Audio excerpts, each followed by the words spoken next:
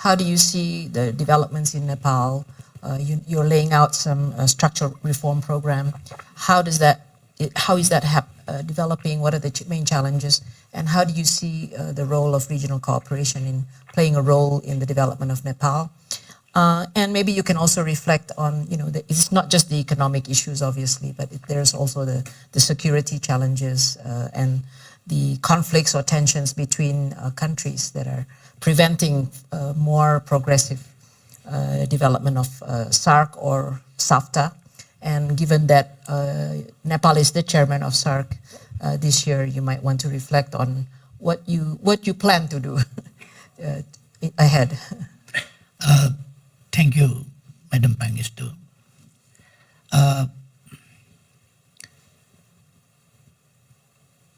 Nepal has just entered into a new phase, new stage. Nepal is developing and changing very fastly, politically and economically. It is developing its friendly ties with its neighbors also, and the regional organizations and all aspects are developing fastly and changing very fastly. Nepal promulgated a new constitution, democratic constitution, and established a federal democratic republican system. And according to the constitution, we had to make some laws, and now we completed about the structural changes according to the constitution to implement the constitution accurately. And now we are focusing our entire endeavors and efforts to the economic development for good governance and economic development. Our motto is prosperous Nepal, happy Nepali. And to materialize that national desire, we are concentrating ourselves. And we are introducing new policies and bringing reforms in each and every field of economic aspects as well, and social. And we are introducing social justice, improving all sectors of our society, and justice and equality, empowerment of women, and bringing the backward sections of society in the front lines. With these efforts, now we have entered into a new situation where we are optimistic, and we are doing our best to expand our role and increase our role in the regional and international affairs also. And on the question of regional cooperation and regional development, South Asia, as you mentioned, that is a country of, is a region of learned people with great civilization. And we have genetic memories of our learned ancestors. And we have very excellent diversity, from the top of the world, Mount Everest, to the Bay of Bengal and Indian Ocean. And this diversity, within this diversity, we have very fertile land and young population, mostly. And that demographic dividend, being based on these factors, we can develop. And now we have to think about to develop our regional cooperation, regional trade. And for that, we have to create such a situation where equality, justice, and win-win situation for all, so that we can develop and no one, no nation, no people will remain back.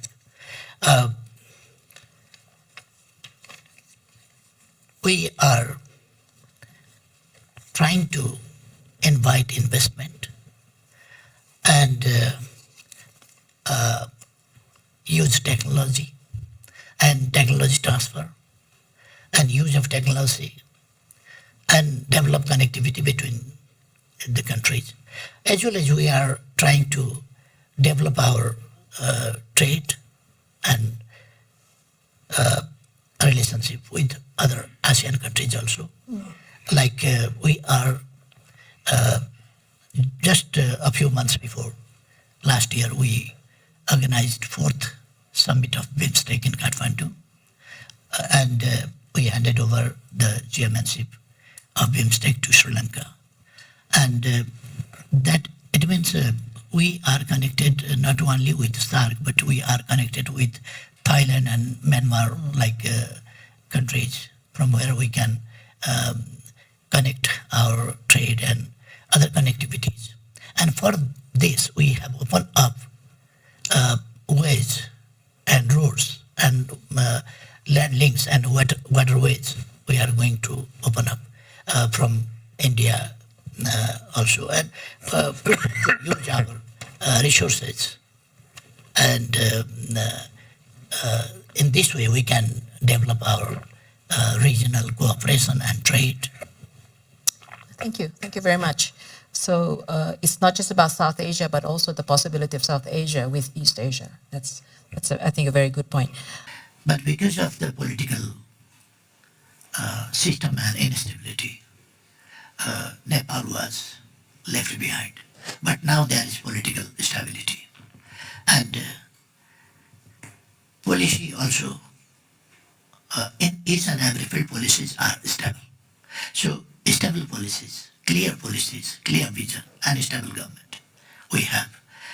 And we are giving importance to not only the public sector, but also the private sector and equally the cooperative sector to create job opportunities for the young people and formal education to the children and vocational and skill training to the youths and other people. Because working population is more than 60% in our country. So it's very important to create new jobs. And a huge number of our young population is outside in search of jobs, etc. We want to bring them back, and with skills what they learn, we have given incentives to them. And in this way, we are trying to invest and attract and invite the investment from outside also in the sectors, productive sector and the sectors which create productivity and create job opportunities. And in this way, we are increasing our growth rate. And right now, I don't want to forecast that will be the fastest growing country within a few years, but that will happen perhaps because we have possibilities. We have young population, we have resources, and we have developed connectivity with China also. Now we have agreements, and now those agreements are also in practice. So through the Chinese territory also we can, and from through India also, and waterways also we are opening. in the near future. And railway connections we are bringing from Kathmandu to India, Kathmandu to China, and other connectivities also, and in the IT sectors also. And in each and every field, we are trying to create job opportunities for the youths and provide trainings for them. And when we are not only giving attention and stress to the development process, but when we are talking about development, or we are doing our endeavors, we are concentrating in economic development, then we are equally aware with the environmental questions also. We are contributing a lot on the question of environment because we have mountains and 45% forest we have, and 15% of land is covered with snow.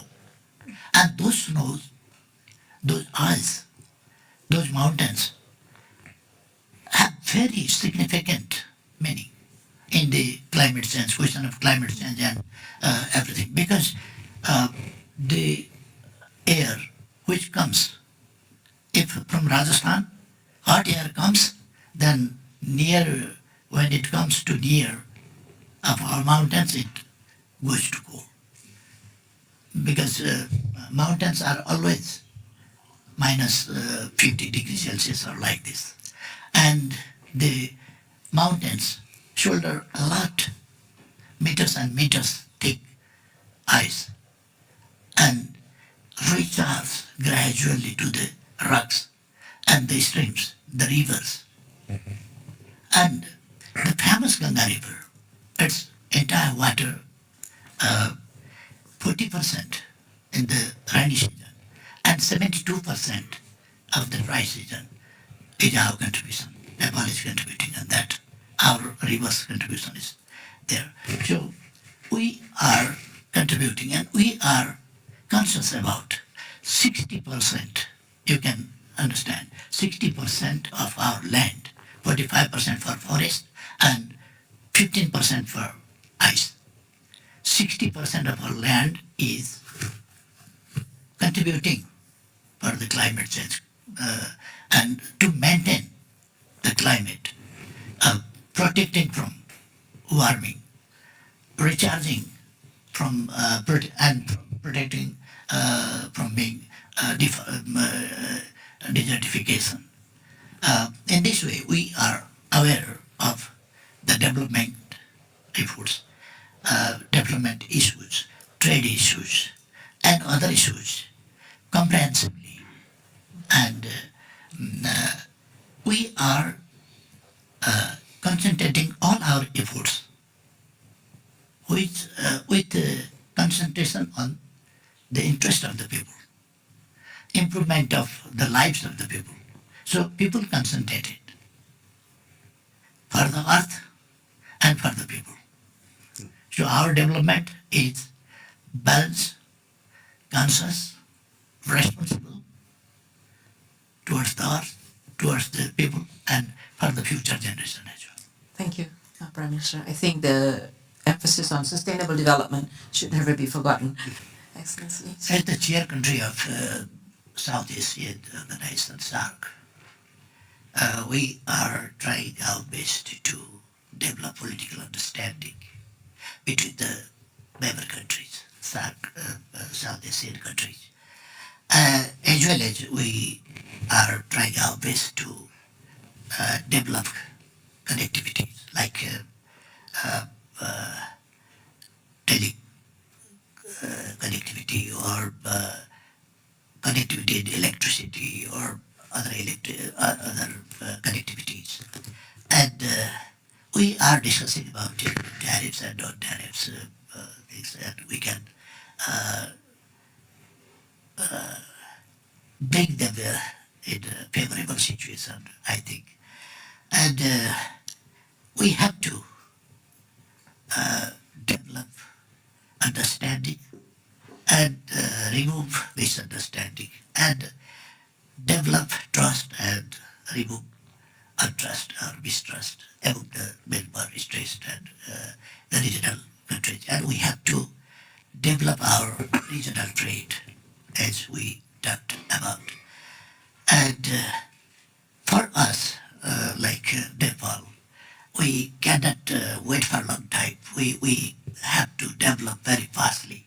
So everything, in every aspect, every side, we are doing things very fast. With China, with India, with Bangladesh, and with other neighboring countries as well, we are doing new agreements and implementing them. And internally, we are making new policies to achieve our goal of faster development and to control corruption, as we mentioned, control corruption and provide service to the people.